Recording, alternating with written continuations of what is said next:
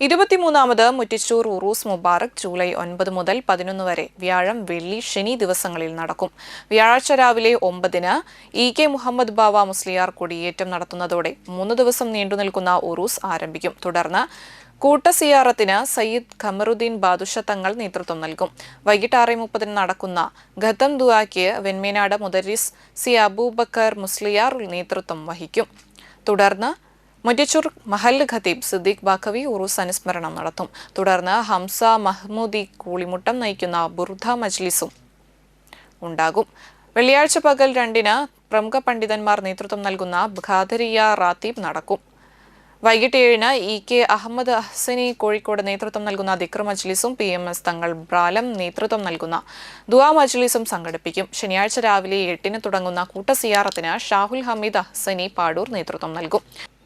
തുടർന്ന് രാവിലെ 8:30 മുതൽ പകൽ 12 വരെ ജാതിമത ഭേദങ്ങളില്ലാതെ അന്നദാനം നടക്കുമെന്നും മഹല്ല് സെക്രട്ടറി ഉമർ ഖാരണപ്പറമ്പിൽ, ഇ.കെ. സെയ്ദ്, മുഹമ്മദ് അനസ് എന്നിവർ അറിയിച്ചു.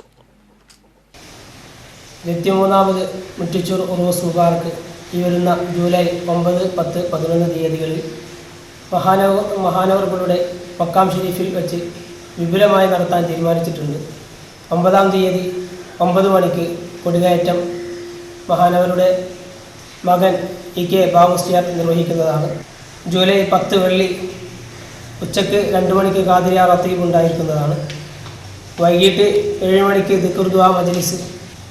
3-ാമത്തെ ദിവസം ജൂലൈ 11 ശനിയാഴ്ച രാവിലെ 8:15-ന് കൂട്ടസിയാറത്ത്, അതിനോടനുബന്ധിച്ച് അന്നദാനം ഉണ്ടായിരിക്കുന്നതാണ്.